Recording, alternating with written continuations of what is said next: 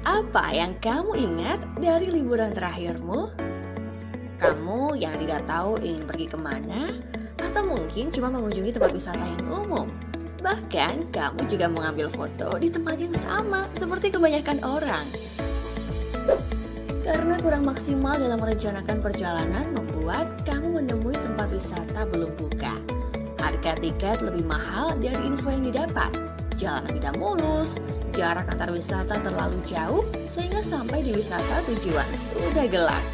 Padahal masih banyak tempat wisata lain yang indah dan menarik di sepanjang perjalanan. Kamu ingin mendapatkan pengalaman yang lebih baik dari liburanmu kemarin? Dengan Aturin, kamu bisa mendapatkan rekomendasi perjalanan sesuai budget dan kategori yang kamu sukai dengan mudah. Kamu dapat menemukan ribuan referensi rencana perjalanan dari traveler lainnya. Pilih dan edit rencana perjalanan yang kamu suka. Atau kamu dapat membuat rencana perjalanan sendiri secara praktis sesuai keinginanmu. Dan kamu juga akan mendapatkan informasi detail mengenai objek wisata di sini untuk melengkapi perjalananmu. Jangan lupa, bagikan rencana perjalananmu dan buat orang lain mengikuti jejak langkahmu. Agar banyak orang yang terbantu dalam merencanakan perjalanannya. Dan memiliki pengalaman juga kenangan yang tak terlupakan. Mau liburan? Pakai Aturin, dibikin gampang aja.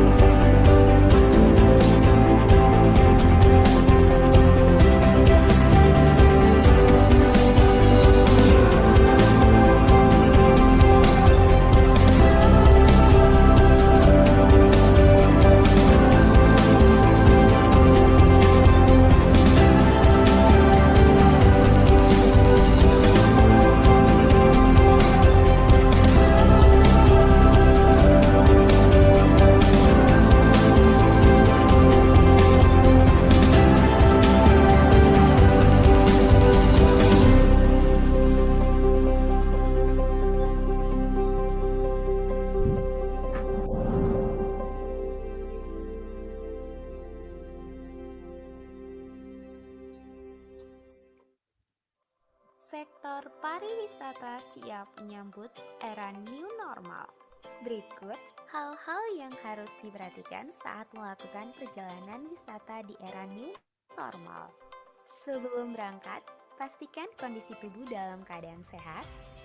Jangan lupa siapkan travel kit seperti sabun, hand sanitizer, tisu basah, tisu kering, botol minum, peralatan makan, dan alat ibadah pribadi.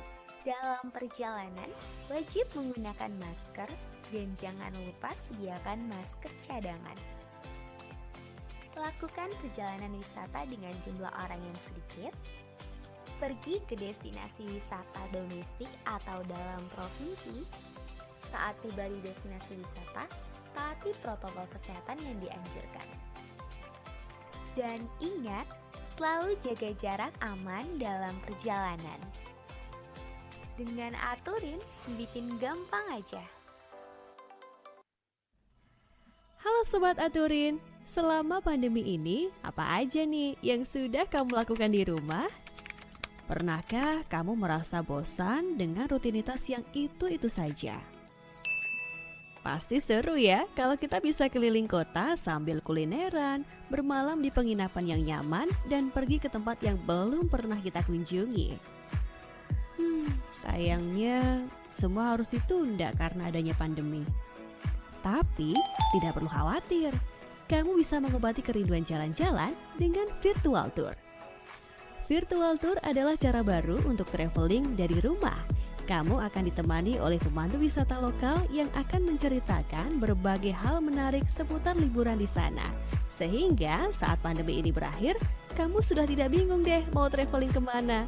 Kamu juga bisa memesan oleh-oleh khas daerah sana loh.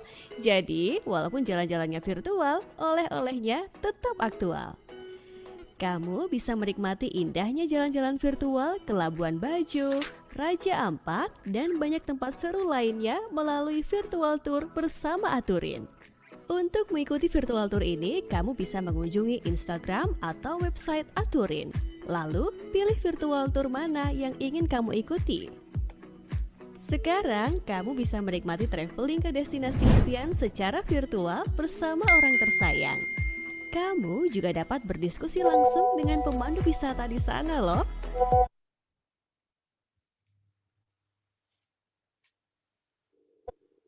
Pemesanan oleh-oleh pun menjadi praktis. Wah, oleh-oleh yang kamu tunggu sudah datang. Selamat menikmati. Gimana? Seru kan? Yuk cobain virtual tour bersama Aturin. Dengan Aturin, dibikin gampang aja.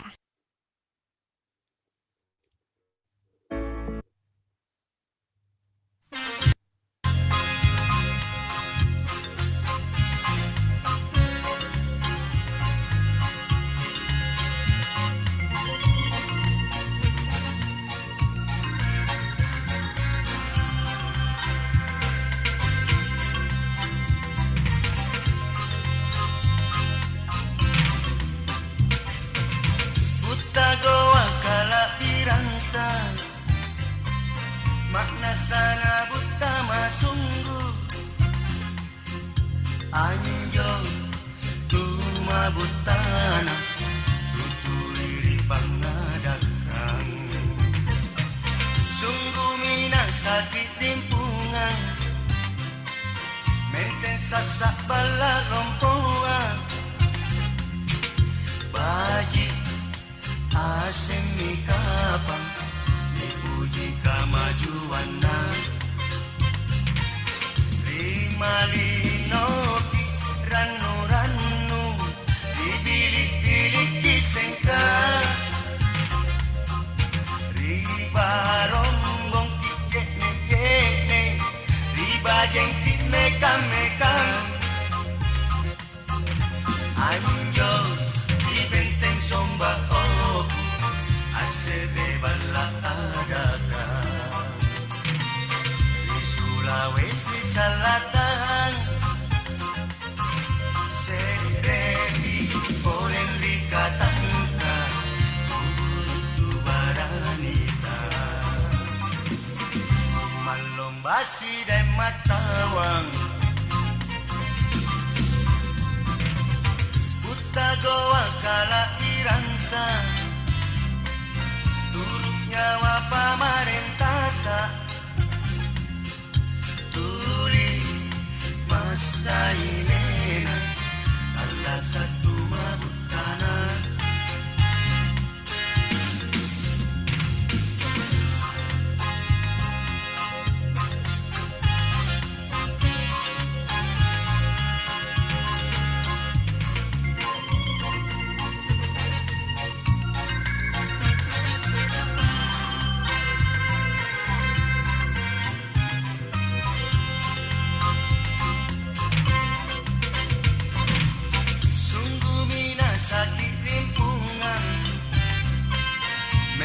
sasak bala lompoa baji asing ni kapang dipuji kamajuana limalinoki ranu-ranu digilik-gilik disengka riba rombong kikek-nekek riba jengkik mekam-mekam anjori benteng somba obu asete bala adakan di Sulawesi Selatan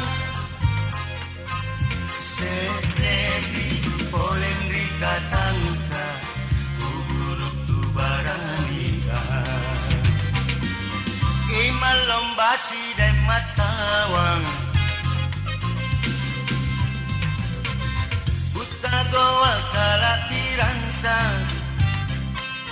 Turut nyawa pamarentata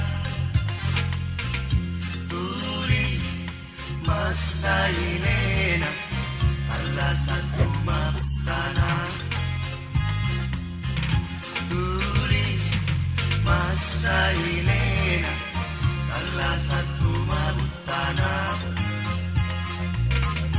Turi masa inena Alasan kumaptana Turi masa inena Alasan kumaptana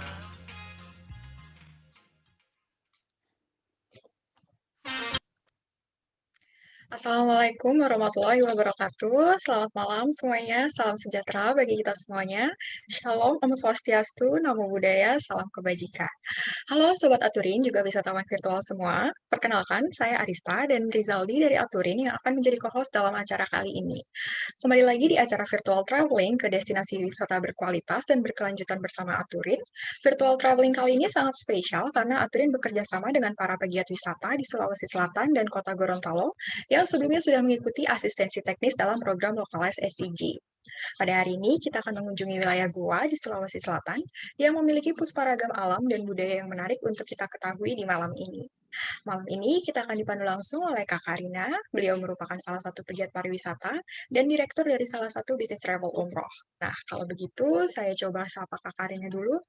Halo, Kak Karin, selamat malam. Halo, selamat malam Arista. Apa kabar, Kak? Kegiatannya ngapain aja nih, Kak, sekarang? Alhamdulillah, baik-baik. Kegiatannya ya masih di rumah aja, Pandemi ya, Kak? pandemi. Baik, baik Kak Karin dan Sobat Aturin semua, sebelum kita mulai ada beberapa hal yang ingin saya sampaikan. Pertama, karena kita bergantung dari internet, jadi jika ada gangguan dan jaringan dan acara ini terputus, jangan khawatir karena kami akan segera mengirimkan link yang baru kepada Sobat Aturin semuanya. Dan jika acara ini tidak bisa berlanjut karena hal-hal tersebut, kami akan taping video bersama Kak Karin, kemudian kami akan kirimkan rekaman videonya kepada Sobat Aturin semua. Yang kedua, jika ada yang ingin bertanya, silahkan bisa bertanya melalui kolom chat di sepanjang acara. Nantinya akan dijawab oleh Kak Karin di waktu-waktu tertentu. Atau dapat bertanya secara langsung dengan klik fitur raise hand, nanti saya sebagai co-host akan mempersilahkan pertanyaan di akhir sesi. Lalu pastikan juga untuk mengikuti acara sampai akhir, karena kita akan ada sesi foto bersama di akhir acara. Selain itu, Sobat Aturin di rumah juga dipersilahkan untuk membagikan pengalaman mengikuti acara virtual tour ini, dan jika ingin update di Instagram, jangan lupa tag atau mention di @aturin.official, dan boleh ya Kak follow Instagram pribadi Kak Karin juga nih. Instagram pribadi Kak Karinnya ada @jasmine.alexandria2015. Oke, kalau gitu silakan Kak Karin, boleh langsung dimulai aja. Ya, terima kasih Arista. Assalamualaikum warahmatullahi wabarakatuh. Ya. Bismillahirrahmanirrahim. Iya, malam ini saya akan mengajak sobat-sobat Aturin untuk berjalan-jalan di daerah Goa dan Makassar, tepatnya menjelajahi situs-situs sejarah kerajaan Goa yang ada di Makassar dan di Goa, dan juga tempat wisatanya di sekitar Goa. Jadi karena sesuai judulnya kita mengunjungi situs sejarah kerajaan Goa, jadi malam ini sambil jalan-jalan kita sambil sedikit belajar tentang kerajaan Goa. Sebelum mulai kita mengenal dulu daerah Goa dan Makassar. Makassar sendiri adalah ibu kota Provinsi Sulawesi Selatan yang di bagian selatannya berbatasan dengan sebelah utara berbatasan dengan Maros, sebelah timur juga Maros, sebelah selatannya Goa, dan baratnya dengan Selat Makassar. Luas wilayahnya 175,77 km persegi, beriklim tropis dengan suhu sekitar 26 derajat sampai 29 derajat Celcius. Goa sendiri memiliki luas wilayah yang lebih luas daripada Makassar. Dia 1.818 83,32 km persegi atau 3,01% dari seluruh luas Sulawesi Selatan. Bahasa yang digunakan di Goa sendiri kebanyakan bahasa Makassar, tapi tidak hanya itu aja, sebenarnya ada juga yang menggunakan bahasa Bugis, bahasa Manda dan lainnya. Kita langsung aja kayaknya ya. Ya. Pertama kita sampai di Bandar Udara Internasional Hasanuddin, Makassar. Letaknya kurang lebih sekitar 30 km dari pusat kota Makassar. Luasnya saat ini itu 381 hektar dan saat ini sedang diadakan perluasan yang awalnya 6 gate menjadi 12 gate yang diperkirakan rampungnya Oktober nanti. Yang saya dengar katanya mau dibikin mall juga di sana, jadi akan sangat luas sekali nantinya.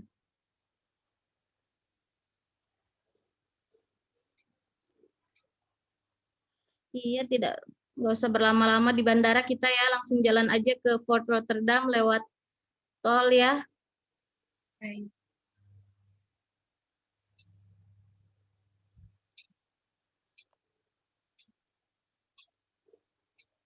Ya.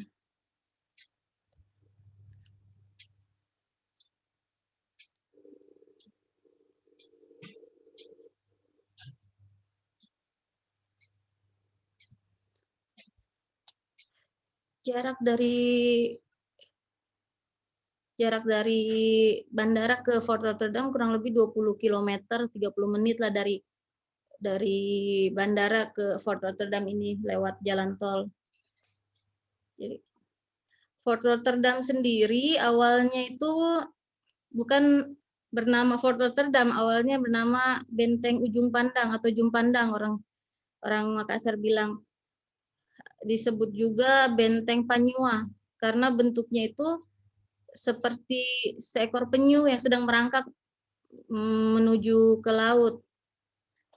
Bentuk penyu itu sendiri dipilih karena filosofi kerajaan Goa pada saat itu yang bisa berjaya di daratan maupun lautan, seperti hewan penyu yang bisa hidup di daratan dan di lautan.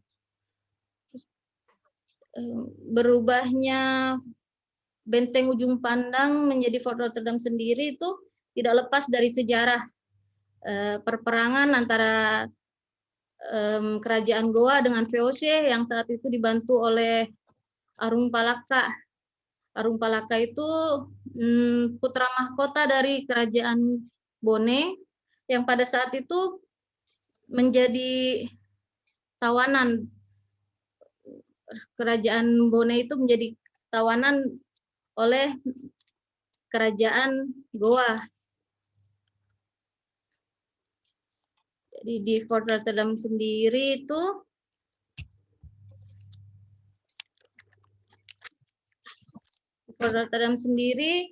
terdapat banyak peninggalan kerajaan Goa dulu, dan juga di salah satu sudutnya itu ada Museum Lagaligo, di mana di sana ada tersimpan banyak benda-benda sejarah. Benda-benda sejarah yang berhubungan dengan kerajaan-kerajaan Goa, kerajaan Wajo juga ada, Bone juga di situ disimpan. Untuk masuk ke Fort Rotterdam sendiri itu tidak dipungut biaya, tapi kalau kita mau masuk ke Museum Lagaligo, kita membayar sekitar 10.000, dan uang itu sendiri digunakan untuk biaya perawatan museum itu. Kita bisa lihat di dalamnya, di dalam Museum Lagaligo Banyak sekali benda-benda peninggalan kerajaan dulu.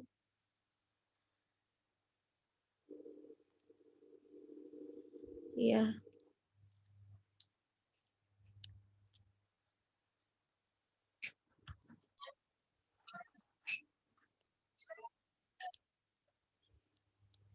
Di Benteng Fort Rotterdam ini juga ada satu tempat di mana tempat diasingkannya Pangeran Diponegoro. Pangeran Diponegoro itu diasingkan di sana sampai ada ruangan kecil di Fort Rotterdam itu di mana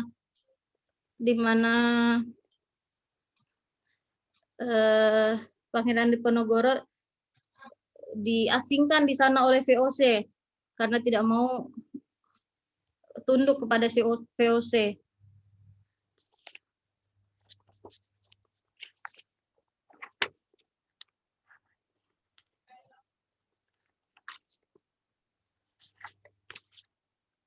Berarti ini terbuka untuk semuanya ya Kak, tanpa perlu tiket masuk. Terbuka untuk umum. Semua bisa masuk ke situ dan tidak dipungut biaya. Kecuali kalau masuk ke Museum Lagaligo itu yang 10.000 itu. Kita diminta bayar 10.000. Oke. Untuk biaya perawatannya.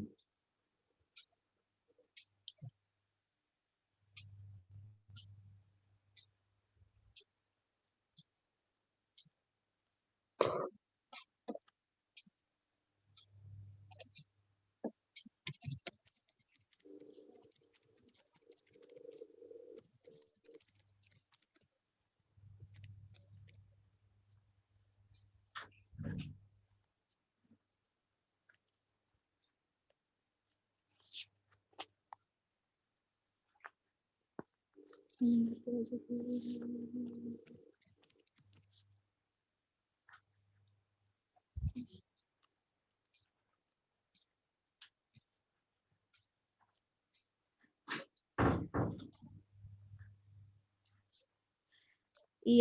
kayaknya kita langsung lanjut aja ke destinasi berikutnya ya, Arista.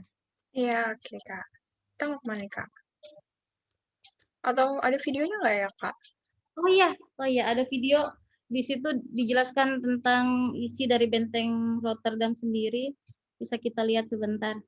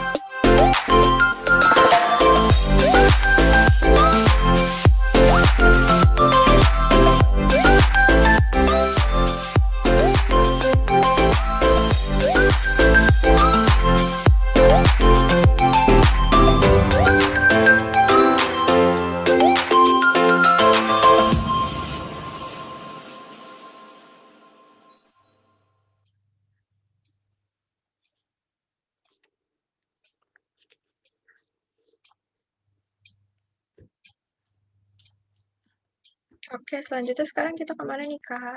Selanjutnya dari Fort Rotterdam, kita ke Pantai Losari.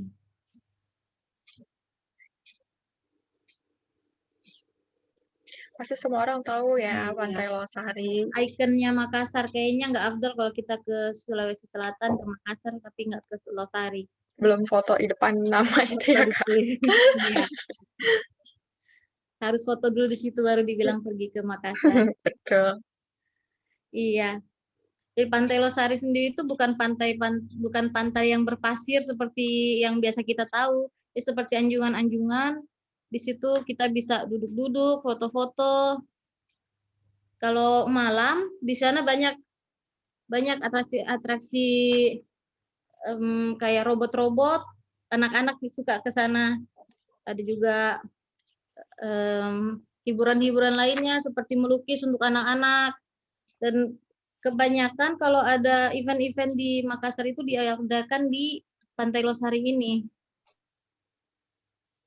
Ada event-event musik atau apa, biasanya diadakan di Losari sini.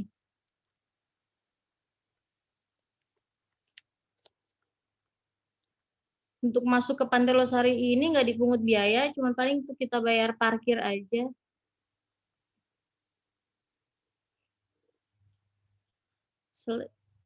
Selain kita bisa menikmatin sunset, kita juga bisa menikmati kuliner-kuliner yang ada di sekitar situ. Banyak penjual pisang epe di situ.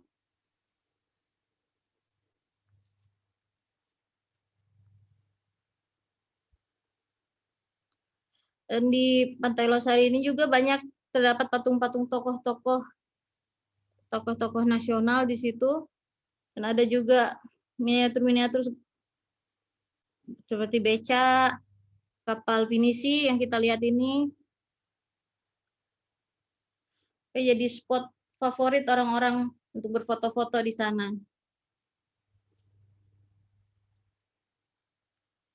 Ya, setelah kita jalan-jalan di sekitar Pantai Losari, duduk-duduk, kita bisa singgah sholat di Masjid Terapung Makassar di situ.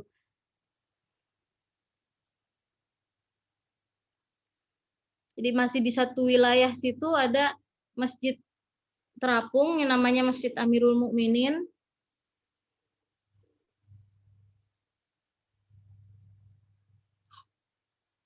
Belum. Masih di satu lingkup situ.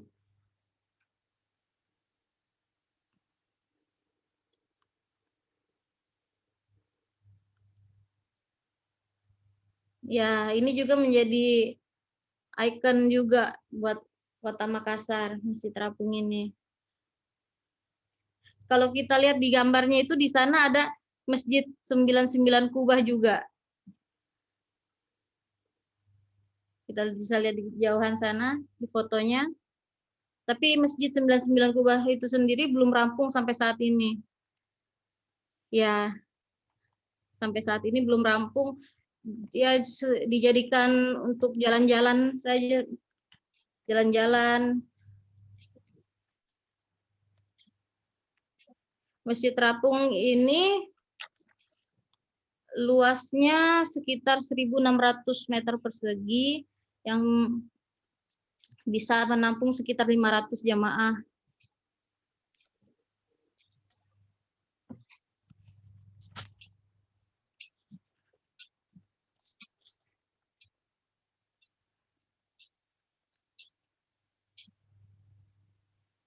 Ya.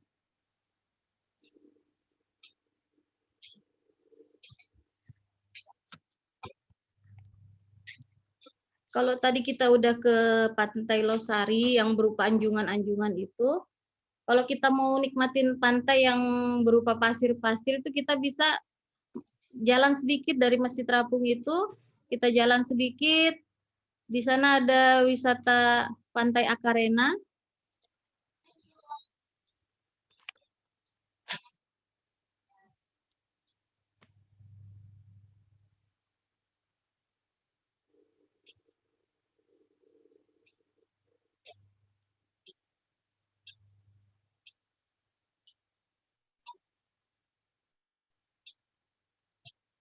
Masih satu daerah juga ya, Kak, sama Ya, Pantai Losari itu? masih di satu wilayah, masih dekat-dekat situ aja. Oke, jadi ada apa nih, Ya, Kak, kalau Pantai Pantai Akarena? Akarena, kalau Pantai Akarena ini pantai yang berpasir, kita bisa mandi di situ, bisa berenang-berenang atau sekedar menikmati sunset di situ. Selain bisa mandi-mandi, berenang, kita juga bisa naik banana boat, naik speedboat atau naik waterfox, boat kecil. Tempat ini jadi favorit semakin sore, semakin banyak pengunjungnya. Untuk Karena lihat mereka, sunset ya, Kak? ya sunset. Itu yang ada gambar kita lihat itu dermaga cinta, di situ jadi spot favorit juga untuk foto-foto. Ya, kalau ke sini pasti orang foto-foto di sini. Ikonnya Pantai Akarena ya, Kak? Iya. Sebenarnya di sekitar Losari situ, Jalan Tanjung Bunga itu banyak sekali pantai-pantai rakyat, pantai-pantai pasir, tapi yang Akarena ini yang dikelola dengan baik, yang dikelola dengan rapi, bersih. Kalau pantai-pantai yang lain yang saya tahu seperti pantai-pantai yang kurang kurang ter kurang terkelola dengan baik, jadi ya tidak sebersih di Akarena ini.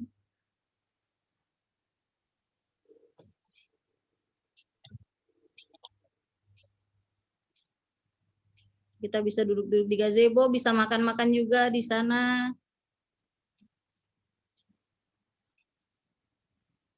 Kalau anak-anak suka banget di situ, banyak ada disewakan permainan-permainan, mobil-mobilan, motor-motoran, becak kecil. Sih jadi tempat favorit juga sama keluarga untuk jalan-jalan.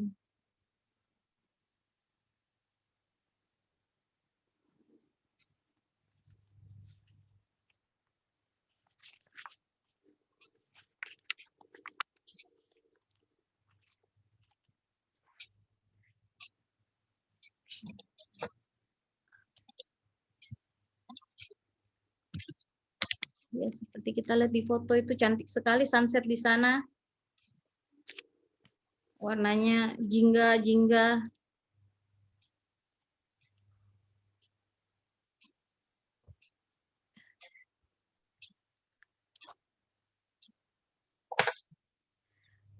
Ya, dari Pantai Akarena masih di sekitar situ juga kita jalan-jalan sebentar ke Masjid Muhammad Chengho di Jalan Danau Tanjung Bunga.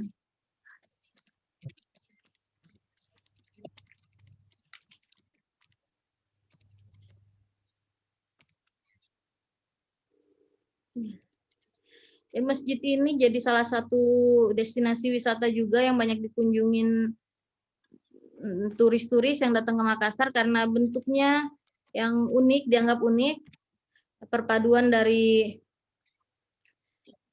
dari gaya Tionghoa dan juga Bugis.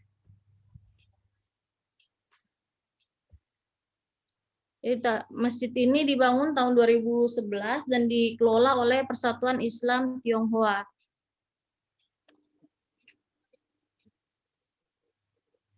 Kalau dilihat dari bentuknya itu, di kubah utamanya itu ada bentuk kubah berundak 3, itu seperti bentuk pagoda, rumah ibadah orang Tionghoa.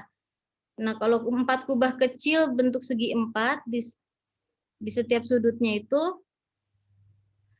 itu mengambil filosofi Bugis Makassar, yaitu sulapa apa atau segi 4 yang menyimbolkan susunan semesta, yaitu air, api, angin, dan tanah. Jadi ini masjid ini dianggap simbol persatuan antara Tionghoa dengan masyarakat pribumi. Dan masjid ini juga sering dijadikan tempat untuk orang yang ingin masuk Islam. Jadi banyak mualaf-mualaf yang menjadikan masjid ini tempat mereka untuk masuk Islam. Menurut pengurusnya sendiri, sudah ada sekitar 30 lebih orang yang mengikuti prosesi Islam di masjid ini.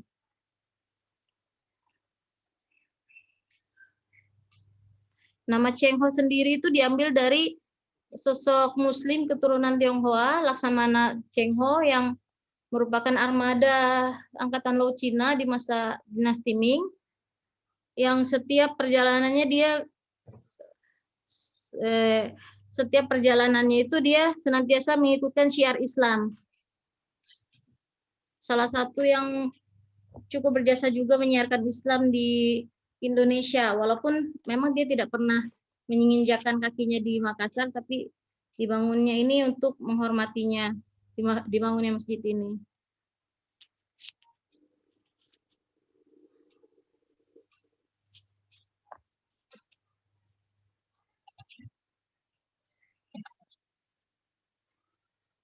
Kita bisa lihat bagian dalamnya.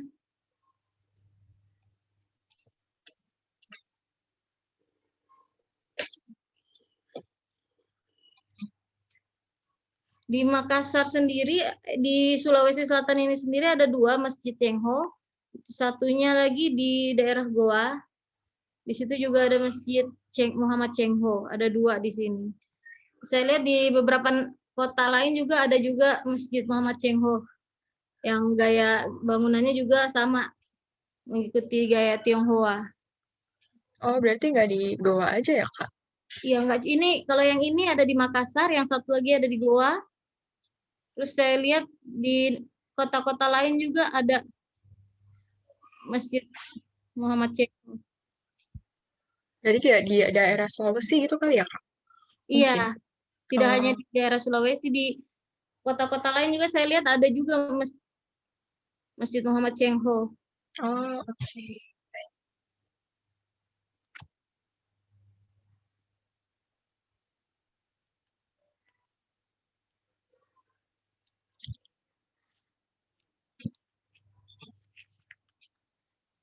Iya, dari Masjid Muhammad Cheng Ho ini kita lanjutin perjalanan ya. Kita lanjutin perjalanan ke daerah Malino di Goa. Kurang lebih sekitar 3 jam perjalanan. Lumayan lama.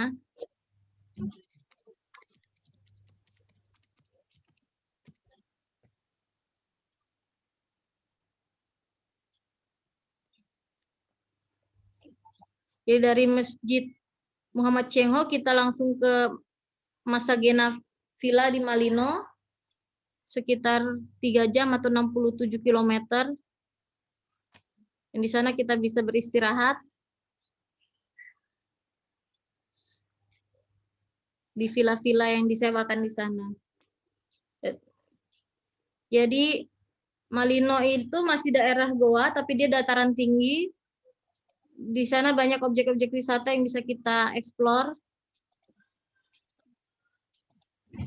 Kita pilih ini Masagena Resort karena cukup unik penginapannya. Dia seperti villa-villa dengan pemandangan view yang indah sekali, ditata rapi. Pokoknya ini Instagramable banget. Jadi kita bermalam di sini ya, Kak? Ya, kita bermalam di sini. Sewanya itu sekitar 500 sampai 3 juta, tergantung luas yang kita ambil, luas villa yang kita ambil. Iya.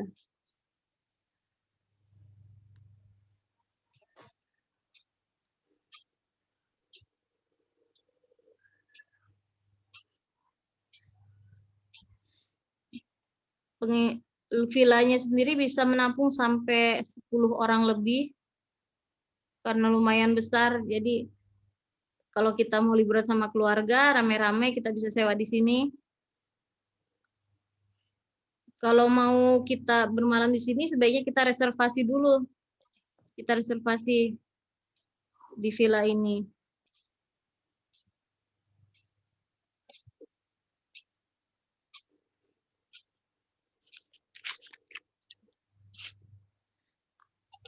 Iya. Dari Masagena ini kita bermalam di sini ya. Nanti besoknya kita lanjut explore wisata-wisata yang ada di sekitar Malino. Oke, kalau gitu kita langsung masuk ke hari kedua ya, Kak, perjalanan. Hari kedua.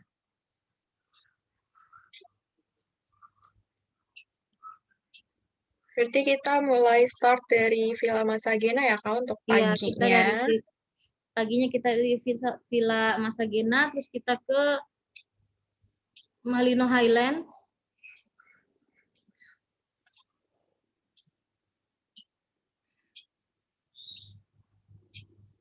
Iya.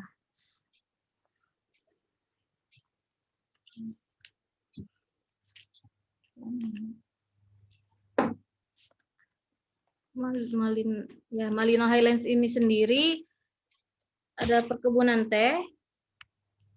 Di situ kita bisa menikmati pemandangan dari atas pegunungan. Ya. Jadi di situ ada spot untuk kita duduk-duduk sambil menikmati minum teh dan melihat pemandangan perkebunan teh.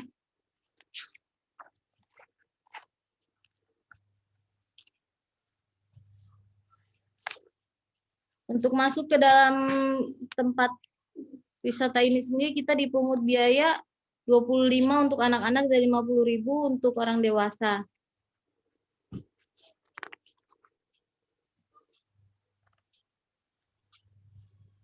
Ini tempatnya di bukit gitu ya, Kak? Soalnya kayak Iya, berkabut. kan Malino itu masih daerah Goa, tapi dia dataran tinggi di pegunungannya.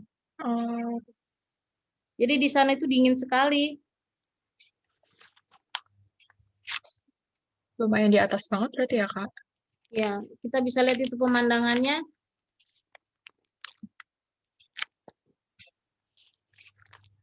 Di Malino Highlands ini kita bisa jalan-jalan di sekitar kebun teh. Kita bisa jalan-jalan di sekitar hutan pinus.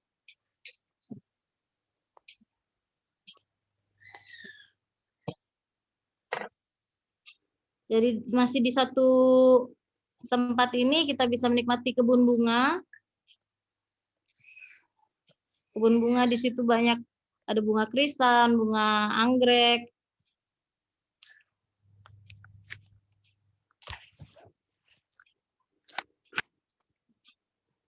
Semua udah termasuk di biaya 50.000 yang kita bayar itu.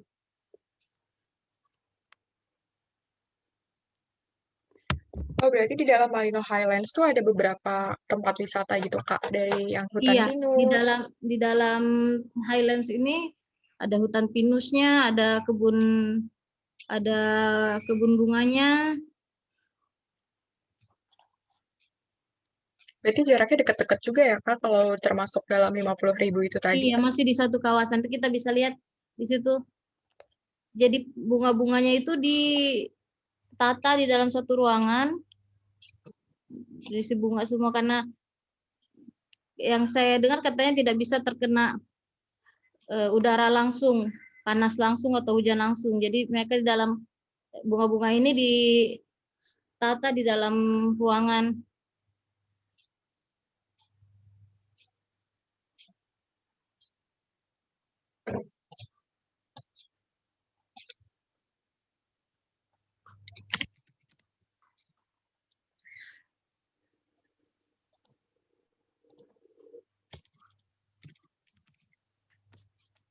Ya. Dari Malino Highlands itu kita bisa jalan-jalan ke hutan pinus, wisata hutan pinus. Nah, di sana kita bisa piknik-piknik, duduk-duduk di bawah hutan pinus. Kita bisa naik kuda di sana.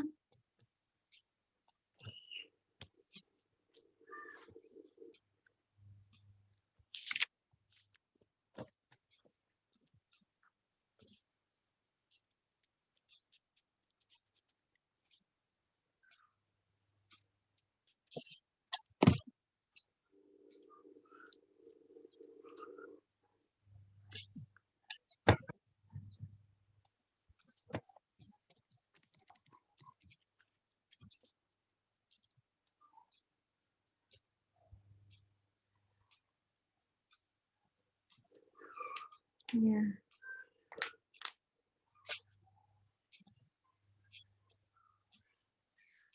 Nah, rame ya Kak tempatnya. Rame sekali, apalagi kalau udah memasuki musim liburan, rame sekali. Macet. Bahkan setelah pandemi pun masih tetap rame. Wow.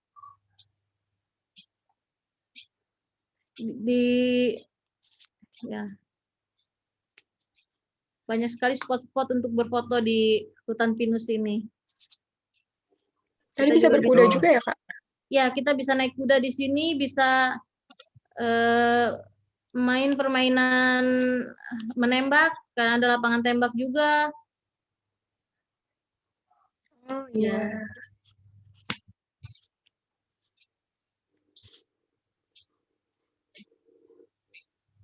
Oke, dari hutan pinus ada lagi nggak nih Kak?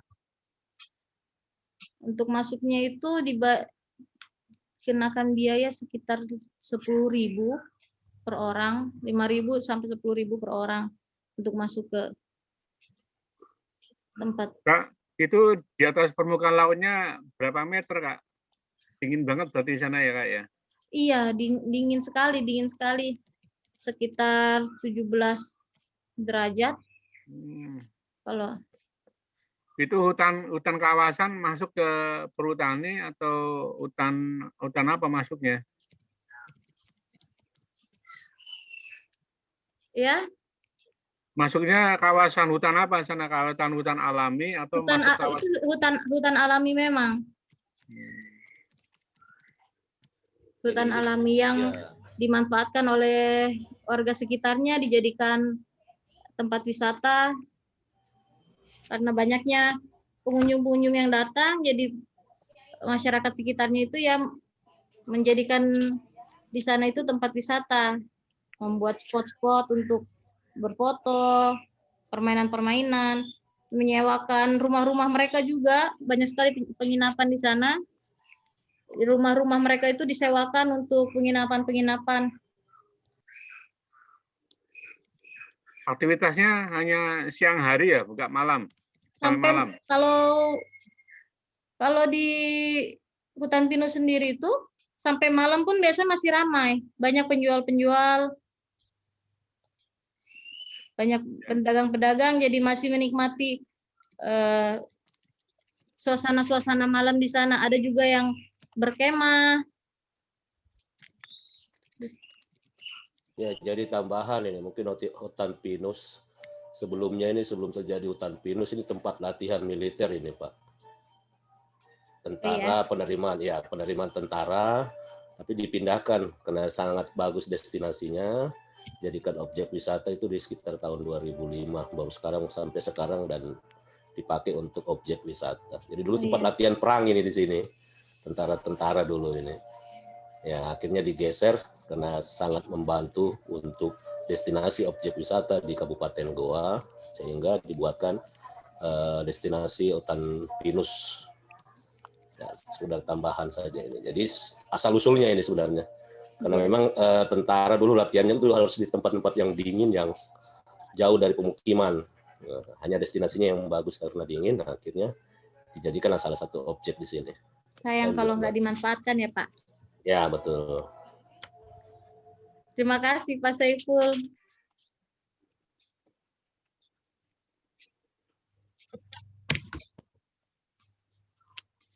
Ya, di kawasan ini sendiri kita bisa naik kuda, bisa naik sepeda gantung. Banyak sekali permainan-permainan yang bisa kita coba di sana. Ya, ada satu tambahan juga itu bagus tadi kalau kita pas di mana, di tempat kebun teh situ, Highlands. Ada salah satu kurang lebih 1 kilo dari Highlands itu, kalau kita berdiri di situ kelihatan runway di Airport Sultan Hasanuddin, dan itu bisa dilihat pada waktu malam hari menyala. Dan itu itu belum ada orang pernah melakukan itu, dan alhamdulillah kalau malam bisa kelihatan di sana itu runway-nya. Jadi ada satu penginapan juga di situ ya, Pak? Ada penginapan juga. Ada penginapan yang gaya Jepang itu ya, Pak ya? Ya, betul ya. Nah, dari Iya. spot situ yang bisa kita lihat itu runway Bandara Sultan Hasanuddin bisa kelihatan. Oh, Nah, itulah salah satu destinasi juga yang sangat mendukung, tapi untuk kegiatan malam gitu. Yang bisa kelihatan. Jadi orang kalau lihat kayak hanya bentangan lampu menyala tapi dari kejauhan dari Kabupaten Goa ke Kabupaten Maros kelihatan itu. Kan Bandara Sultan Hasanuddin berada di Kabupaten saya Maros, harus Makassar, dan harus ke Goa. sana malam-malam ini. Iya, betul. Iya. Ya, lanjut Mbak Tania, Karina.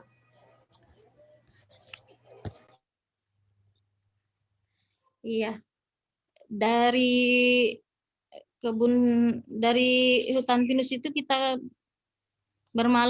ke air terjun Salewangang.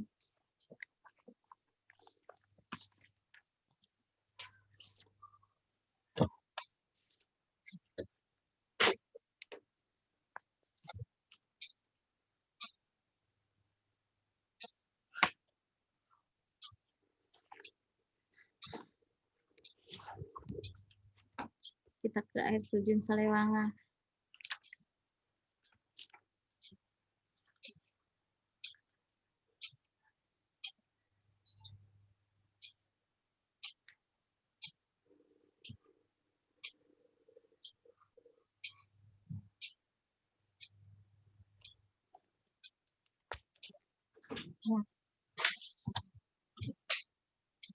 Iya.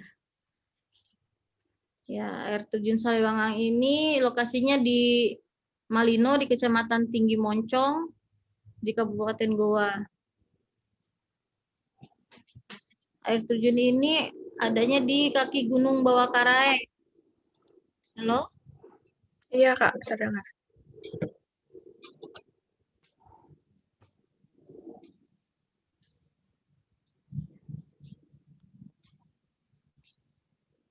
Ya, kalau kita ke sini kita bisa menikmati pemandangan yang asri sekali, indah sekali dari air terjun Salewangang ini. Kita kalau mau mandi-mandi kita juga bisa mandi-mandi di situ.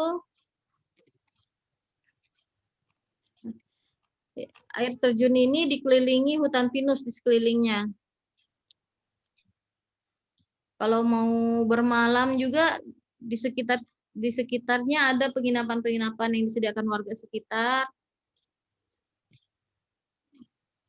Ada juga kuliner-kuliner dan juga untuk oleh-oleh juga kita bisa beli di sekitar situ.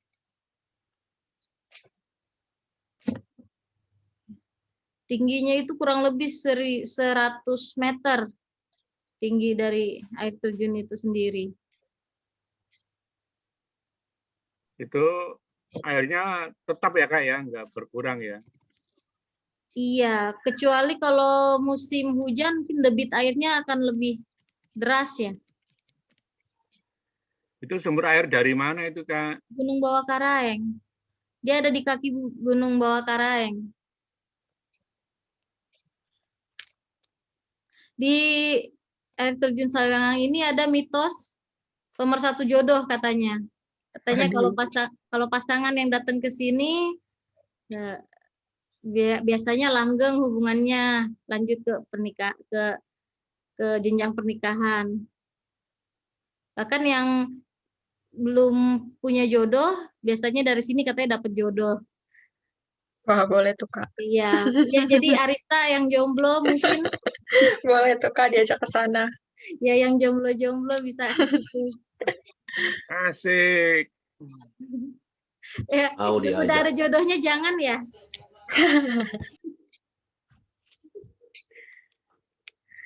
Ya, Instagramable banget sih. Bagus ya, Kak, buat foto-foto di situ. Iya.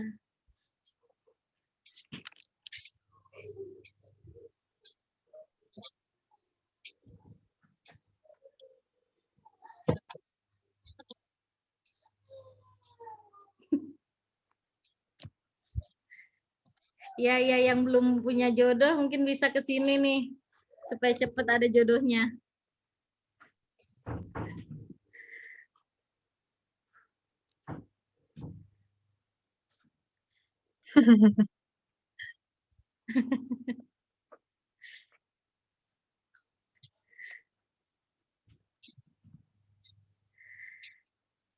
Oke, lanjut deh Mbak Arista. Nanti banyak yang mau ke sini.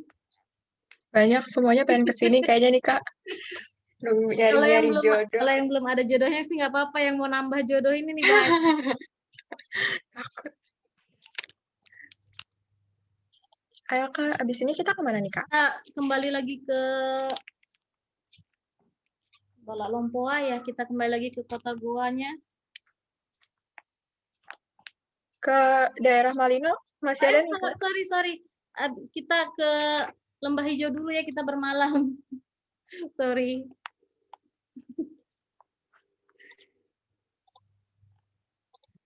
Iya kan udah capek tuh jalan-jalan seharian, kita bermalam di Lembah Hijau Camp and Resort.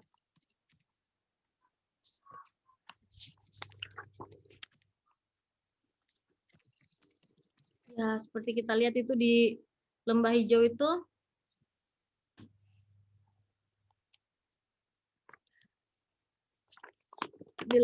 kita bisa bermalam di dalam camp-camp, tenda-tenda.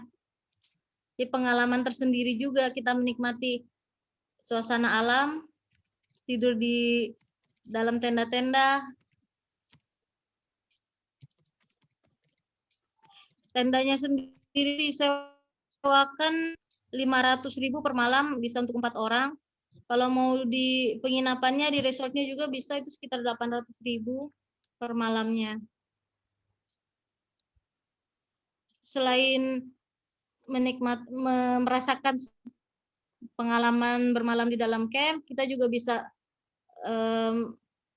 menikmati arung jeram, karena di sekitarnya itu ada air sungai yang lumayan deras. Kita juga bisa menikmati arung jeram, terus kita bisa naik sepeda gantung. Itu semua masih di dalam resortnya ya, Kak? Masih di dalam resortnya itu sendiri. Wow, berarti gede banget dong, Kak. Iya.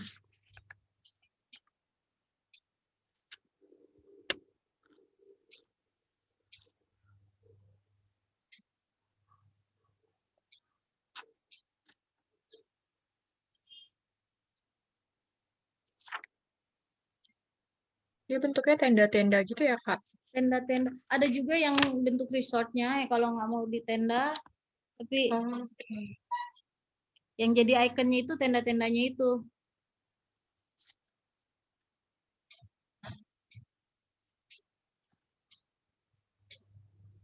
Ya, kalau kita mau naik sepeda gantungnya itu, kita bisa bayar, kita dikenakan tiket 30.000 per orang. Ya, kalau mau merasakan adrenalin di nyali, bisa dicoba.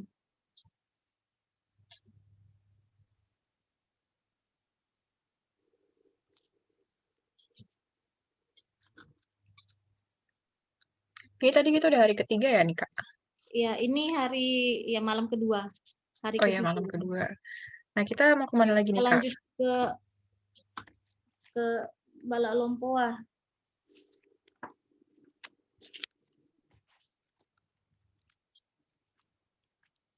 Balak Lompoa tuh apa, Kak? Museum atau? Balak Lompoa itu museum. Di situ ada benda-benda bersejarah peninggalan kerajaan Goa.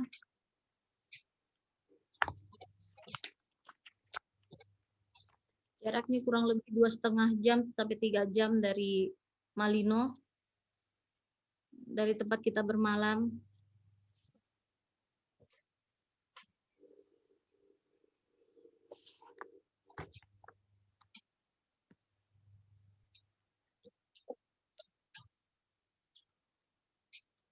Ini musim balak lompo ini udah pernah nih kayaknya dijelasin sama Pak Saiful. Kalau ada kurang-kurangnya, maaf.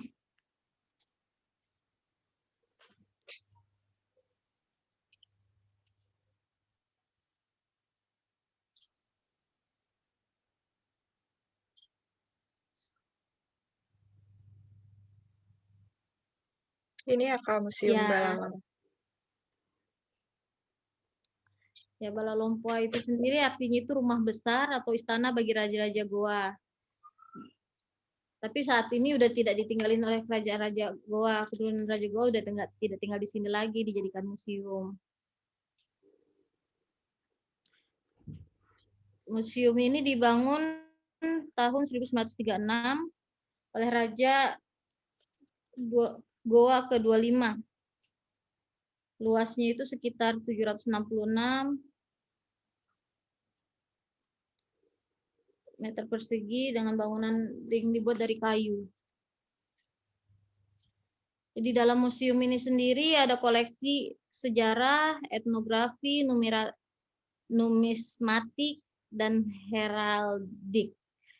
Jadi koleksi historinya itu seperti salakoa atau mahkota yang terbuat dari emas murni seberat 1,7 kilogram.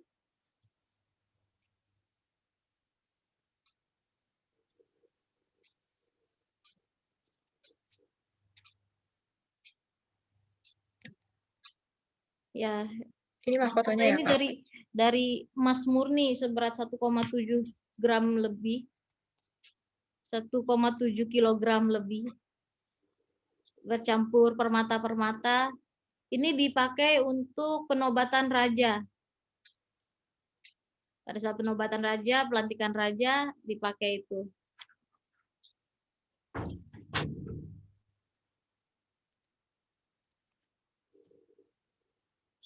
Selain mahkota ada juga Ponto Jangaya, yaitu gelang yang terbuat dari emas berbentuk naga yang melingkar dengan 2 kepala yang mulutnya terbuka. Itu juga merupakan tanda kebesaran Raja Goa. Ini juga digunakan untuk pada saat pelantikan raja.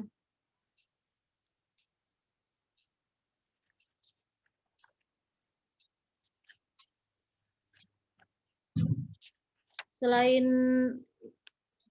mahkota dan lainnya itu, ada juga keris emas yang beratnya hampir 1 kilo, 986,5 gram, panjangnya 50 cm, yang merupakan hadiah dari Kerajaan Demak.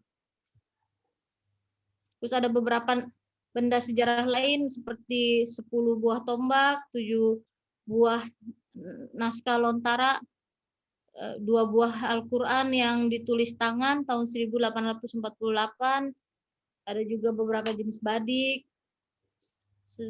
senjata tradisional khas Makassar, Goa, dan Bugis.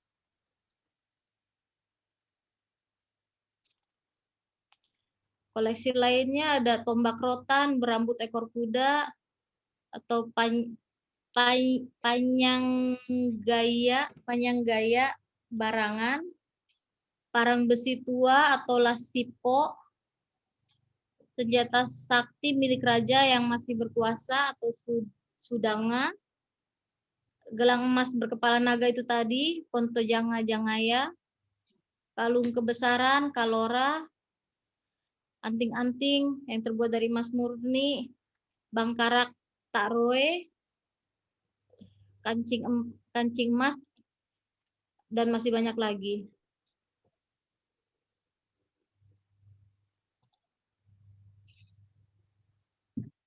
Untuk keturunan-keturunannya gimana nih, Kak, sekarang di Goa? Keturunan-keturunannya yang saya tahu sudah tidak tinggal di situ, mereka tinggal di seperti kita pada umumnya tinggal menyebar di rumah-rumah Udah biasa. misah-misah gitu ya, Kak? Iya. Di tahun 2018 kalau nggak salah meninggal Raja Goa, itu disemayamkannya di Bala Lompoa ini. Oh. Jadi rajanya itu tidak keluar dari Bala Lompoa sebelum ditunjuk raja berikutnya. Berarti ada makam juga ya, Kak, di situ? Dimakaminya bukan di situ, di Masjid Katangka kalau nggak salah. Oh, oke.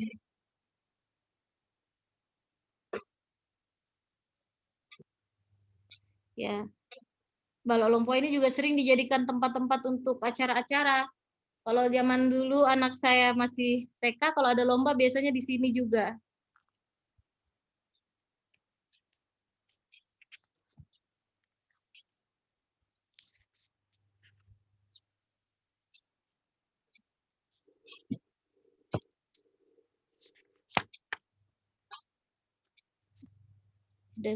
Dari Balok Lompo kita lanjut ya, Arista, Iya, ke mana nih Kak?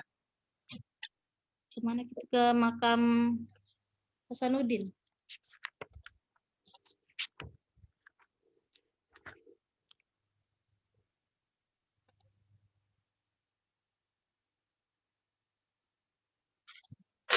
Ini ya Kak makamnya. Iya. Maka ya Hasanuddin ini sendiri itu Raja Goa. Nama aslinya itu Imalombasi Muhammad Bakir Daeng Matawang Karaeng Bonto Mangepe Daeng Karaeng Bonto Mangepe.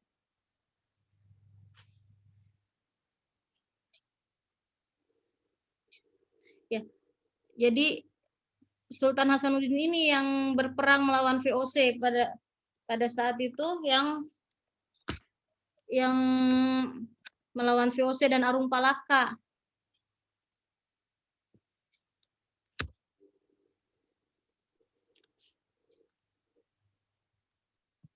Jadi kita belajar sejarah sedikit ya. Jadi dulu itu kerajaan Goa dan Talo itu kan dua kerajaan yang beda. Mereka bersatu karena masuknya Islam, mereka bersatu, terus dibentuklah kerajaan Goa ini. Terus karena mereka mau menyebarkan agama Islamnya dan memperluas daerah kekuasaannya, mereka jajah ya negara kerajaan-kerajaan di sekitarnya, kerajaan Bone, kerajaan Wajo, Sopeng di sekitarnya itu supaya masuk ke dalam daerah kekuasaannya mereka.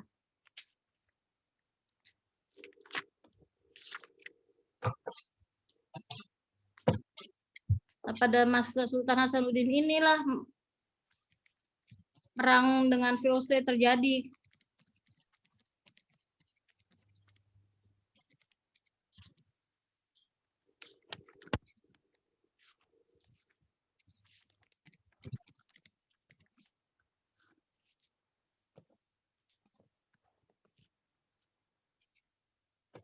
Jadi dulu itu kerajaan Goa itu ditakuti sekali oleh VOC.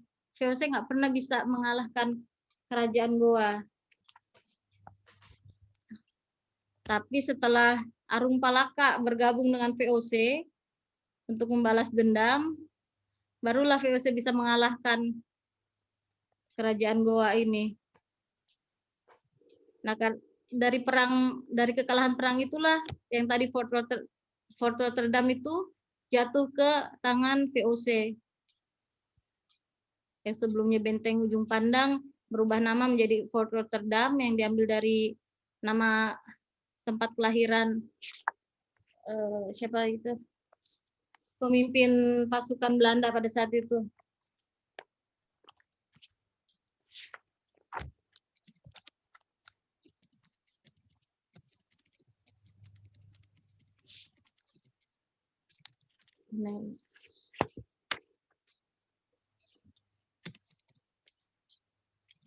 Kayaknya next ya, Arista. Oke, berarti kita ke tempat wisata selanjutnya nih Kak. Sebenarnya ini hari terakhir ini kita lebih banyak mengunjungi makam-makam sih.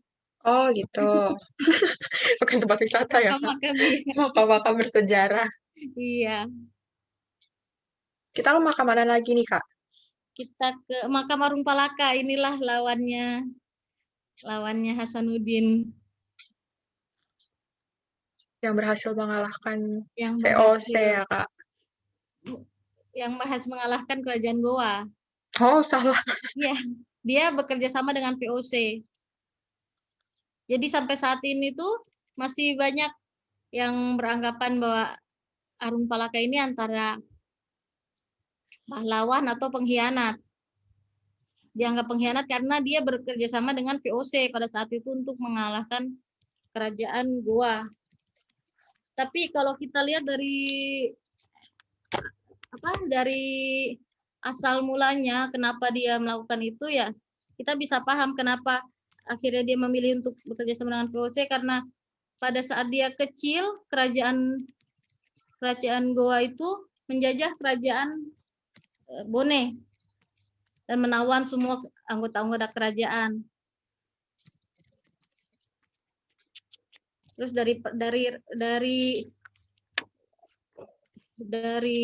perasaan siriknya, perasaan sakitnya karena ditahan, jadi dia membela dirinya untuk mengembalikan kedaulatan kerajaan Bone. Jadi setelah VOC mengalahkan kerajaan Goa pada saat itu, Arung-Palaka dinobatkan jadi raja di kerajaan Bone. Kerajaan Bone kembali berdaulat setelah sebelumnya menjadi tawanan dari kerajaan Goa.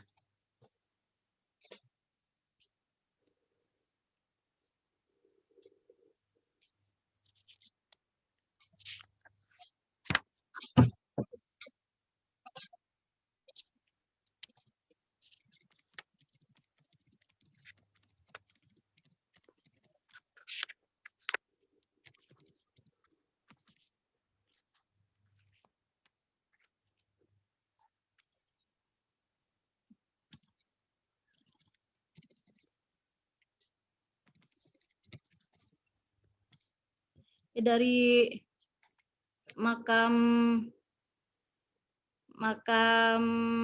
Arung-Palaka kita lanjut ke Masjid Tua Katangka.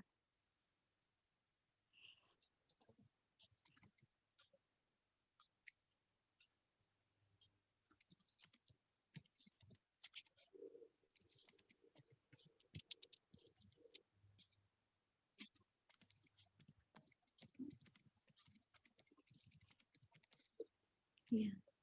Jadi Masjid Tua Katangka ini adalah masjid tertua di Sulawesi Selatan yang dibangun pada masa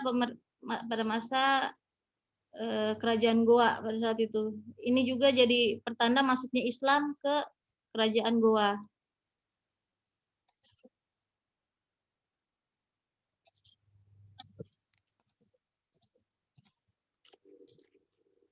Jadi dalam kompleks masjid itu ada juga kompleks pemakaman keturunan Raja Goa. Disinilah Raja Goa itu dimakamkan di samping Masjid Katangka.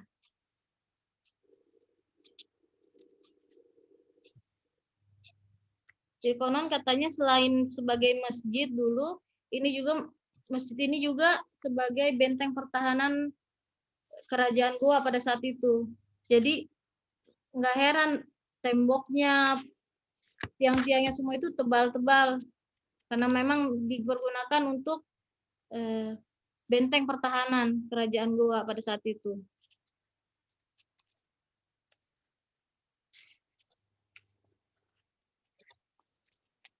Nggak jauh dari Masjid Katangka, di situ ada makam Syekh Yusuf. Masih di satu jalur jalan situ.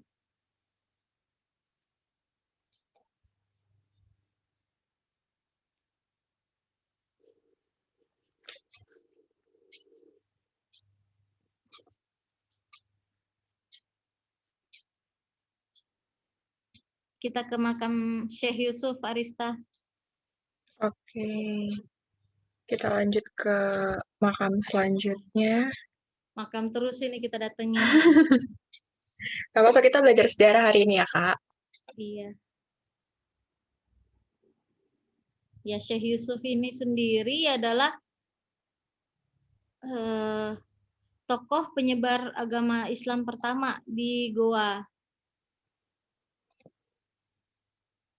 Dia yang menyebarkan Islam di Goa. Tapi kemudian dia ditangkap oleh VOC, diasingkan di Sri Lanka.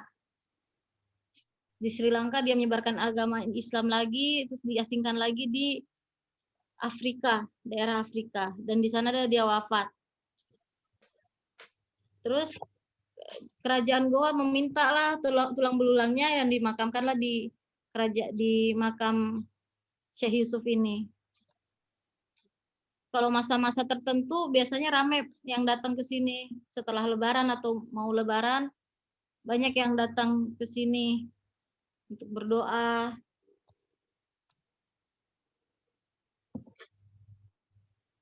Ada lagi nggak nih Kak makam-makam lagi? Makam lagi, satu lagi yang di makam keturunan Raja Talo. Talo ya. Iya. Itu makam. Berarti next lanjut ke kompleks makam Raja Talo ya Kak? Iya.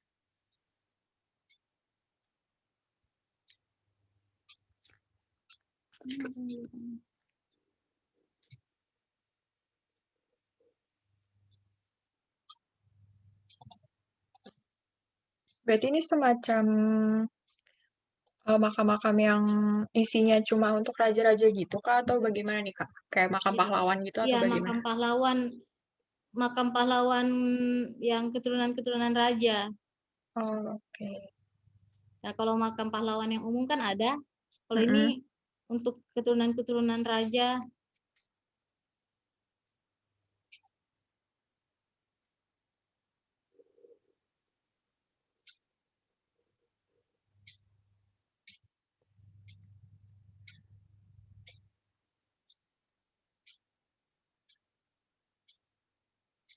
Nih.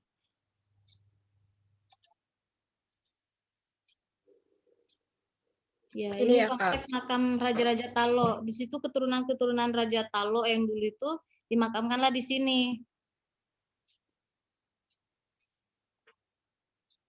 Ya, ada Raja Talo ke-7, Raja Talo ke-9, Raja Talo ke-12, ke-13, 15. Itu apa tuh Kak yang tulisan-tulisan itu? Kalau nggak salah itu data raja-raja yang dimakamkan di situ. Oh, nama-namanya gitu ya Kak? Iya.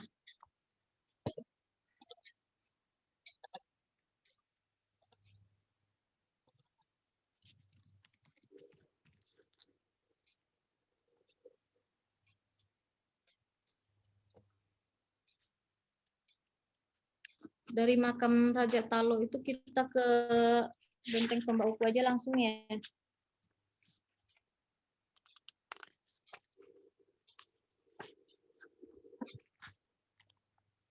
Ini udah bukan makam ya Kak? Ya, udah terakhir. Ini udah bukan makam. Ya. Di Benteng Sombaukwu sendiri sebenarnya udah dihancurkan VOC pada saat itu. Pada saat dia menang melawan kerajaan Goa. Di sana kan ada perjanjian Bongaya. Salah satu isinya itu benteng-bentengnya dihancurkan kecuali benteng Rotterdam, benteng ujung pandang itu yang diganti jadi Fort Rotterdam. Sekarang di situ itu ada rumah-rumah adat dari Sulawesi Selatan. Berbayar nggak Kak kalau ke sini? Atau mungkin bisa langsung visit aja? 5.000 per pax. Ya. Berapa Pak? 5.000 per pax. Oh, baik. 5.000 per orang. Terima kasih Pak Syariful. Kalau nggak salah bisa disewakan juga ya Pak ya? Kendala dari Baruga Sombaukwu ini, karena waktu pertama dibuat itu sangat bagus sekali karena rumah-rumah adat yang ada di Sulawesi Selatan itu dijadikan ikon satu-satu. Iya, Ya, jadi ada rumah adat Toraja, Sengkang, ada semua di sini. Hanya lingkungan ini yang terbuka dengan masyarakat, akhirnya masyarakat juga banyak bangun rumah. Padahal ini kan lingkungan ini sebenarnya lingkungan wisata di sini. Sehingga yang kurang tertata dan kurang rapi. kurang perawatan ya Pak? Iya, kurang perawatan salah satu. Apalagi kan masing-masing rumah daerah, kabupaten, kota yang ada di sini tuh, ya kayak ini rumah Toraja.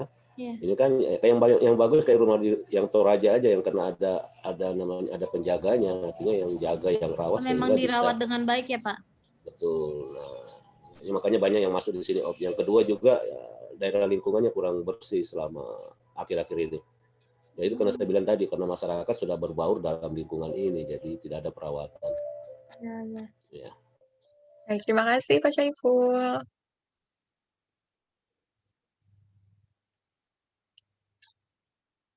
Oh, kita mungkin ada videonya ya, Kak, untuk Oh iya ada video. Benteng Sumbawa ini.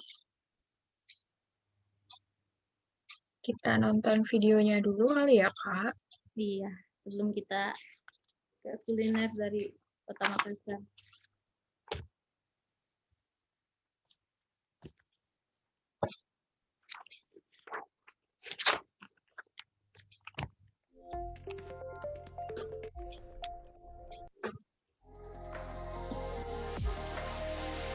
Settle down in the place of dreams, float away in the scenery. Take a backpack of what you need.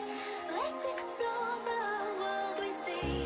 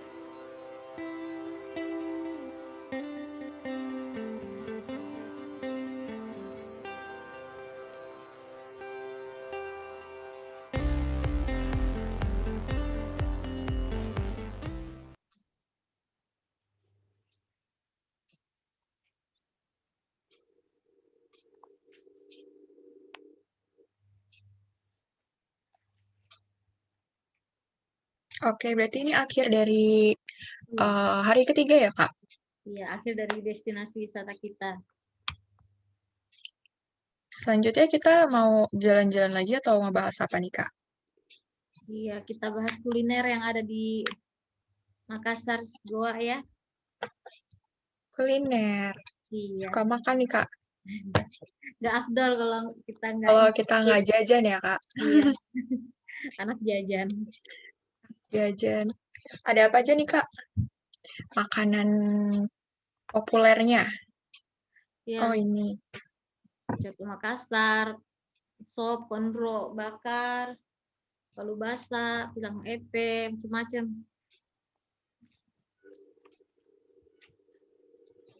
Kak Karin suka apa nih, Kak? Favoritnya? Suka semua, Semua. suka semua. Cuman ada makanan yang sampai sekarang saya belum pernah coba, itu pisang epe. Padahal selalu saya lewatin penjualnya, apalagi kalau ke Losari, banyak sekali penjualnya, itu saya sendiri belum coba. Waduh, Kalau sop ubi ini tuh apa, Kak? Sop Maksudnya ada ubinya gitu? ubi, ada dagingnya di situ, ada bihunnya, ada telur rebusnya, dikasih kuah daging seperti itu. Oke. Ubi itu singkong. Singkong, Iya, orang sini bilang singkong ubi. ini ya, Kak, makanan-makanan populernya. Masih banyak sih, ada sop saudara, ada macam-macam untuk kue-kuenya juga. yang paling Masih keren banyak. palu basah. Iya, benar, Pak. Kalau bahasa serigala. Kalau di Makassar kalau belum makan palu basah tuh kayaknya kurang ya, Pak. Makassar Ini ya. ini yang kuning ini telurnya ini. Ya, telur Yang telur kuning telur. telur setengah mentah kan. dimasukin di dalam kuah panas. Tapi bedanya palu basah sama coto tuh apa ya, Pak? Atau Kak Karin? Beda di bumbunya. Kalau palu basah itu pakai kelapa parut. Oh, gitu. Kalau coto tuh maksudnya dia lebih kari gitu, Kak, atau gimana? Apa ya? Jadi coto itu daging dan jeroan-jeroan sapi yang direbus terpisah, nantinya dikasih kuah coto itu ada yang pakai dan rempah-rempah macam-macam, ada yang pakai apa? Ada yang pakai kacang, ada yang enggak juga. Oh, Jadi kalau yang oke. pakai kacang itu kuahnya nanti dia agak kental-kental, kalau yang tidak pakai kacang yang lebih light. Oke, oke. Terus ada apa lagi nih, Kak? Kontro bakar juga itu terkenal di sini, yang terkenal di kontro bakar Karibosi, itu terkenal sekali. 75.000 per porsi. Ya? 75.000 per Oh, udah porsi. 75 ya? Dulu Ya. masih 55-an. Kalau Lumayan. yang mie titi ini apa, Kak? Isinya Oh, tuh kayak banyak gitu. ya, mie titi itu mie-nya mie kering, mie yang digoreng kering, nanti disiram kuahnya itu isinya bakso, ayam, udang, sayur-sayuran. Jadi berlimpah ayam. Campur ya, Kak? Iya, jadi mie-nya mie kering, mie yang digoreng kering, disiram. Jadi dia lembeknya karena kuahnya itu sendiri. Oke. Iya, isinya berlimpah, bakso, ayam, udang, sayur, telur. Kali makan kenyang ya, Kak? Ya. Yang terkenal itu mie titi. Tapi ya banyak warung-warung lain yang menjual juga, dibilang mie titi. Yang aslinya ya di warung makan mie titi di Jalan Oh, Krian. oh berasal dari satu restoran gitu, Kak? Iya, Maksudnya. tapi Oh, ya, oke. karena banyak yang suka, jadi rumah makan lain banyak yang menjual. Yang Oh. dijualnya mie titi.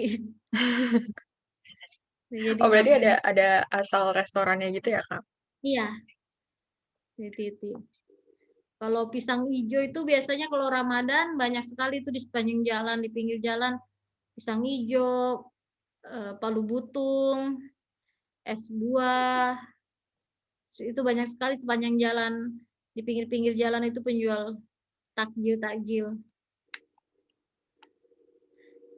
Oh iya nih Kak, kalau palu basah sama palu mara tuh apa Kak? Kayaknya palu mara tuh ikan atau Palu mara bukan ya Kak? ikan. Iya, palu Oh, mara oke itu oke oke. ikan. Kalau palu basah itu daging-daging. Oke. Iya. Ada lagi nggak nih Kak? Banyak sih, banyak banget kalau bicara kuliner di Makassar sini. Ada kue-kuenya itu ada cucuru, ada baruasa, ada songkolo. Songkolo itu ketan yang dimasak, nanti dimakannya pakai serundeng kelapa, pakai sambal. Dan lucu di sini pisang goreng itu dimakan pakai sambal. Yang mana tuh Kak? Arista pasti belum pernah cobain kan? Apa Pisang tuh Kak? goreng makannya pakai sambal. Belum. Pisang pepe. Pisang pepe. Kalau pisang pepe itu pisang yang digepengin ya Pak ya, terus digoreng Pakai sambal. pakai sambal, makanya pakai sambal tomat. Tapi dia digoreng biasa aja gitu Kak, nggak ada bumbu apapun lagi. Enggak ada. Kalau pisang pepe enggak ada digoreng.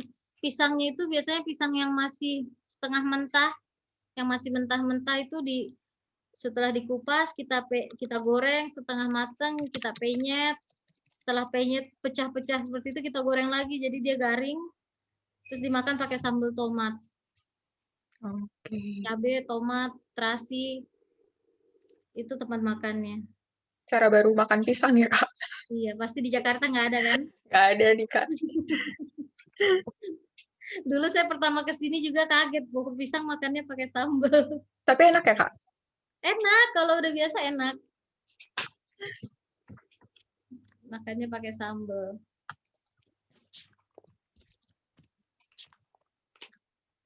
Ada barongko. Barongko itu dari pisang yang dihancurin, dibungkus daun pisang. Itu kalau acara-acara pernikahan itu kue-kuenya itu barongko, cucuru.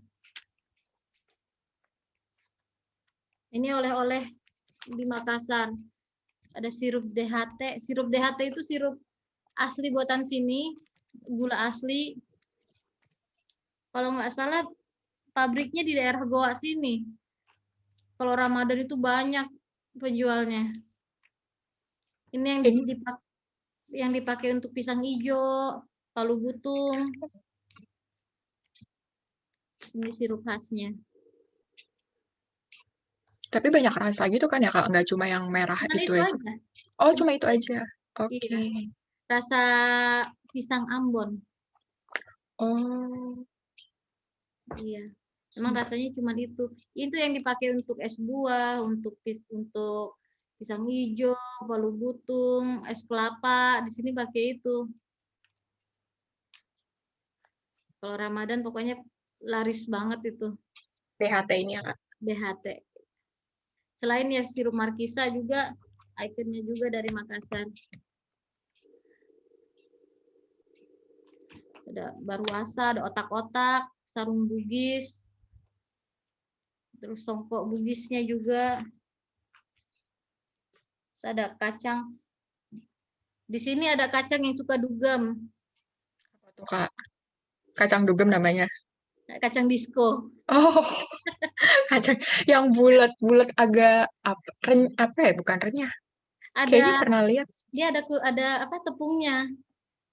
Cuman di sini ada kacang suka dugem. Namanya kacang disco itu ya Kak? Kacang disco. Ada minyak tawon juga. Khas dari sini.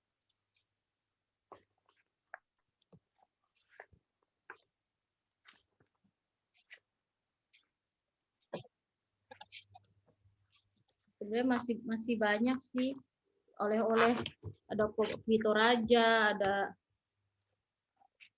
kerupuk jintan.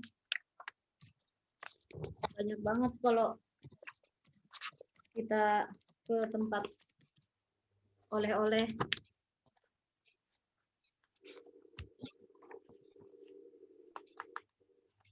Ini ada festival-festival di Goa ya, Kak? Ya itu kalau festival festival itu di Losari kalau nggak salah. Yang mana nih, Kak? Dua-duanya? Yang itu, yang pertama ini. Oke. Banyak acara-acara itu yang diadakan di Pantai Losari karena mungkin tempatnya ya, spotnya Pas bagus. banget ya, Kak? Iya. Dan lumayan luas, bisa menampung banyak orang.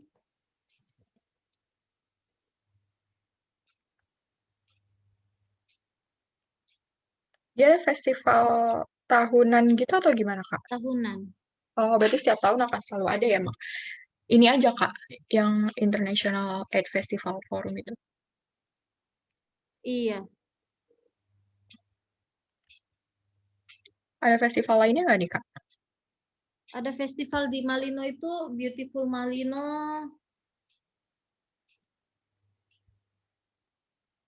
Itu juga event tahunan. Tapi atau mungkin tahun kemarin nggak ada ya karena pandemi. Semua event-event nggak ada di tahun kemarin. Berarti ada lagi nggak nih, Kak, festivalnya selain yang dua ini? Kayaknya di slide yang satu lagi ya. Next slide berarti ada ya. Oh, ini ya, Kak, yang Beautiful Malino. Di Beautiful Malino. 2020 kemarin nggak ada kayaknya kalau nggak salah karena pandemi kan.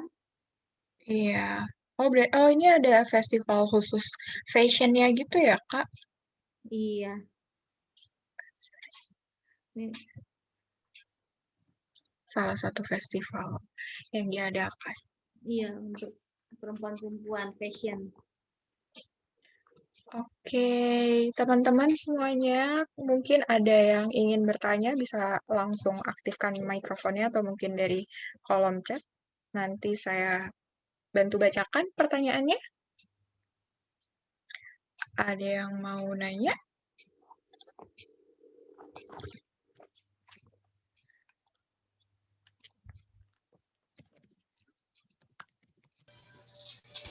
Nih, saya nanya deh. Iya, Bapak silakan. Ya, Mbak Tania, selamat malam. Malam Pak. Ya, bagus ini untuk perjalanan 3 hari 2 malam ya. Iya. Ya, nah satu, yang kedua, recommended untuk restoran di satu destinasi kayak di Malino, itu di daerah mana itu ya? Karena selama ini restoran yang pure bagus itu belum saya dapat itu. Saya juga. Siapa tahu bisa direkomendit. Saya juga sih Ya. Pak, tapi kalau sebelum sampai di Malinonya itu biasanya kita makan di Bili-Bili di daerah apa Bendungan Bili-Bili itu Pak. Kalau di Malinonya sendiri saya juga belum pernah dapat tempat makan yang enak sih Pak. Ya, kalau main balik Bili-Bili kan ya pas sampai Iya. di Malino apalagi kan nginap gitu ya. Jadi Iya. yang Kalau yang saya pernah di Malino itu ya warung-warung di sekitar situ, makanan-makanannya ya sebenarnya ya kurang recommended sih. Nggak pas seenak aja ya. di sini. Iya Pak, nggak seenak yang ada di Makassar, di Goa. Oh iya. Nah, untuk dari paket tuh ini kayaknya bagusnya untuk pelajar ini ya. Iya. Ya, karena saya lihat mengelola, membuka wawasan tentang sejarah, makam dan historical suatu destinasi yang sakral. Nah, untuk budget ini untuk 3 hari 2 malam ini kira-kira berapa ini? Aduh. Saya nggak ngitung Pak. Udah gitu ya. Ya, maksudnya bisa dikira-kira gitu supaya kita bawa tamu Iya gitu sih kan. Pak, harusnya dikira-kira ya. Ya kira-kira aja lah. Hotelnya sekian kan tadi ada kemarin hotel itu kan ada 500 untuknya 10 Iya, pax, hotelnya terus 500 makan. itu kan untuk 4 orang ya. transportasinya. Ya, transportasinya kan ada beberapa macam ini, tidak semudah ke Malino pakai bus, tapi bisa transportasi yang kecil. Nah, itu budget berapa? Nah, supaya saya sering sih bawa grup juga ke Malino, hanya kondisi ya itu tadi saya bilang. Kalau anak sekolah sih makan sih nggak standar, mungkin ubah makan biasa nggak ada masalah. Tapi kan kita butuh yang betul-betul high. Iya. Apalagi kalau tamu-tamu asing gitu ya, sensitif sekali dengan menu, dengan makanan. Kira-kira berapa budget untuk 3 hari 2 malam? Kalau untuk yang first class ya kayak yang bagus Pak, mungkin sekitar 2-3 juta ya Pak. Kalau kita mau ambil yang bagus, yang nyaman untuk wisatawannya. Mungkin. Itu aja ya, karena Saya belum pernah juga Pak, masih belajar. nah ini kan belajar biasa lebih tahu, karena saya suka ini destinasinya bagus, ini tempat objeknya ada, apalagi kan objek yang baru. Nah, kalau yang di Highland itu sendiri kan lumayan mahal tuh Pak ya, penginapannya yang saya tahu. Ya, itu sebenarnya kan dulu kan anunya Jepang, itu dikelola sama Jepang. Asal diambil sama pemerintah kota, khususnya Goa, akhirnya dikelola. Ya, sempat juga sebenarnya tidak bisa dijadikan objek itu, karena sempat ribut juga kemarin pas salah satu kita mengusulkan karena terlalu mahal ya untuk pelajar masuk. Yang saya lihat di situ kisaran harganya di atas 1 juta sampai 10 jutaan gitu Pak. Oke, iya. Tapi memang bagus, spotnya bagus memang di sana. Bagus. Sudah sama kayak di Bandung, ya hanya mahalnya aja. Iya. Ya, jadi enggak ada recommended untuk restoran ya di saya Lima ya, belum dapat ya. Belum dapat juga Pak. Biasanya di warung-warung sekitar situ aja. Oke. Ya, itu aja pertanyaan saya Mbak Tania. Terima kasih nih informasinya. Terima kasih Pak Syaiful. Sobat aturan yang lain, barangkali ada yang ingin bertanya? Pak Saiful ini guru saya, mentor saya di asesor di pelatihan yang saya ikutin. Oh, kenal ya Pak? Ya. Oke. Masih banyak harus belajar ini. Oke, nggak terasa udah hampir 2 jam nih Kak Karin memandu virtual tour ini. Terima kasih banyak. Iya, mohon maaf, banyak kekurangannya, masih belajar. Enggak Kak. Terima kasih Kak Karin dan Sobat Aturin semuanya yang sudah mengikuti acara ini. Jika Sobat Aturin mau mengikuti acara virtual traveling dengan tema lainnya, silahkan untuk mendapatkan tiket gratisnya di loket.com. Nah, sebelum kita tutup, kita foto bersama dulu ya Kak. So, Kak Karin mau closing statement dulu? Oke, kalau gitu, terima kasih Kak Karin. Kita masuk sesi foto bersama. Kalau Sobat Aturin berkenan, silahkan dinyalakan videonya. Kita akan ambil foto yang dibantu oleh rekan saya, Rizaldi.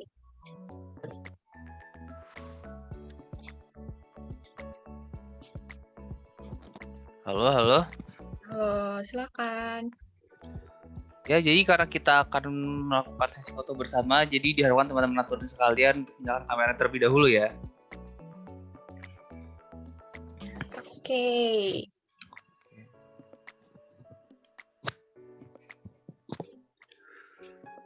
Oke, seperti Udah ready sudah. nih semuanya. Mantap. Oke, kita 3 kali foto ya. Saya hitung sampai 3. 1, 2, 3. Mantap.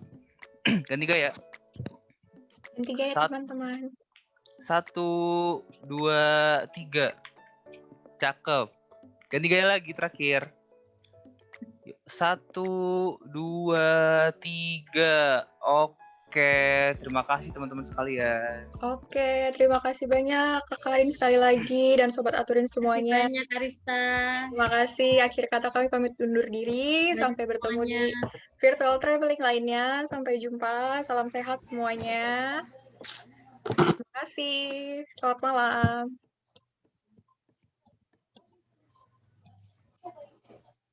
Kajian Sita Potik di luar situ. Apa yang kamu ingat dari liburan terakhirmu? Kamu yang tidak tahu ingin pergi kemana? Atau mungkin cuma mengunjungi tempat wisata yang umum? Bahkan kamu juga mengambil foto di tempat yang sama seperti kebanyakan orang. Karena kurang maksimal dalam merencanakan perjalanan membuat kamu menemui tempat wisata belum buka. Harga tiket lebih mahal dari info yang didapat. Jalanan tidak mulus, jarak antar wisata terlalu jauh sehingga sampai di wisata tujuan sudah gelap. Padahal masih banyak tempat wisata lain yang indah dan menarik di sepanjang perjalanan. Kamu ingin mendapatkan pengalaman yang lebih baik dari liburanmu kemarin? Dengan Aturin, kamu bisa mendapatkan rekomendasi perjalanan sesuai budget dan kategori yang kamu sukai dengan mudah. Kamu dapat menemukan ribuan referensi rencana perjalanan dari traveler lainnya. Pilih dan edit rencana perjalanan yang kamu suka. Atau kamu dapat membuat rencana perjalanan sendiri secara praktis sesuai keinginanmu. Dan kamu juga akan mendapatkan informasi detail mengenai objek wisata di sini untuk melengkapi perjalananmu. Jangan lupa, bagikan rencana perjalananmu dan buat orang lain mengikuti jejak langkahmu. Agar banyak orang yang terbantu dalam merencanakan perjalanannya. Dan memiliki pengalaman juga kenangan yang tak terlupakan. Mau liburan? Pakai Aturin, dibikin gampang aja.